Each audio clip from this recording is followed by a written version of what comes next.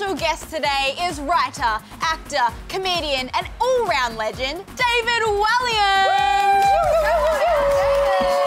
Get in here, David! It's got your name on it. Come on down. Thank you very much. Thank you so much for being here. Well, it's wonderful.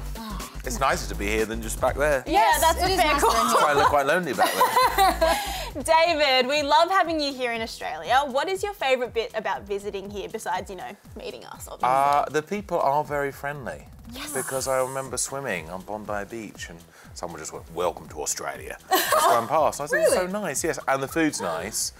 And the people are very nice. How are you finding the weather? Great, because right now it's quite cold in the UK, so it's nice. I do feel like I should live here one day. Hey, we would be happy to have you. Yeah, we would love that. That's very, very kind of you. Thank you. Now, you have just released your 10th children's novel called Bad Dad. Can you tell us a little bit about the book? Well, it's about a boy whose father is sent to prison because he's the getaway driver in a bank robbery. But the boy, Frank, he wants to do the right thing and he wants to put the money back in the bank, so he needs to spring his dad out of prison for the night. So it's a really adventure story with some humour along the way, but also, you know, the background of quite a serious topic, which is children whose parents go to prison. It does happen, unfortunately. And so, but I try and balance these things out when I write books. I try and have, you know, serious aspects of the book, but also have, you know, fun and exciting aspects too. We love that, and your books are also very, very funny. You are also very, very funny. Oh, stop it. What do you think is the key to making people laugh? Well, I think you need to make yourself laugh before you can make anyone else laugh. So if I'm sitting there writing, I know you might think I'm a bit nutty, but I'm sitting there writing. If I'm chuckling away, then I'm onto something good, I think, I hope. Nice. Because you can't really second guess exactly what other people are gonna laugh at, but you have to make yourself laugh, so that's the first thing. You have to sort of feel funny to be funny. When you're on a stage in front of people, you need to just feel confident and feel funny. So often I give myself a little talking to.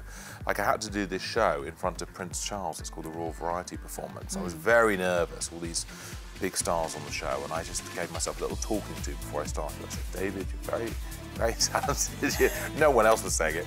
You're funny, this is going to go great, and I think that's important too. Fear is the thing that holds a lot of people back sometimes. A lot of people say, "I'd love to be an actor, I'd love to be a comedian." I say, "Oh well, you know, give it a go." They go, "Oh no, I'm too scared," you know, which makes me sad. Amazing advice. Now, enough about our questions. We actually have our News to Me squad who would love to ask you a few questions. So we're going to start off with Evie. Hi David, I'm Evie, and my question for you is, do you come up with your ideas before you start writing, or just as you go?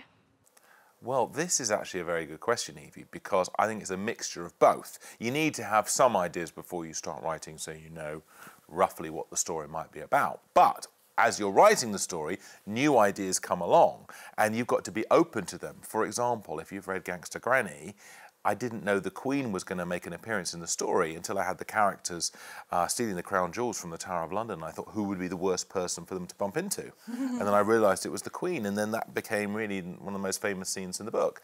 So it's a mixture of both. That's a very good question. It's a better very than good any of your question. questions. Oh, fair call. All right.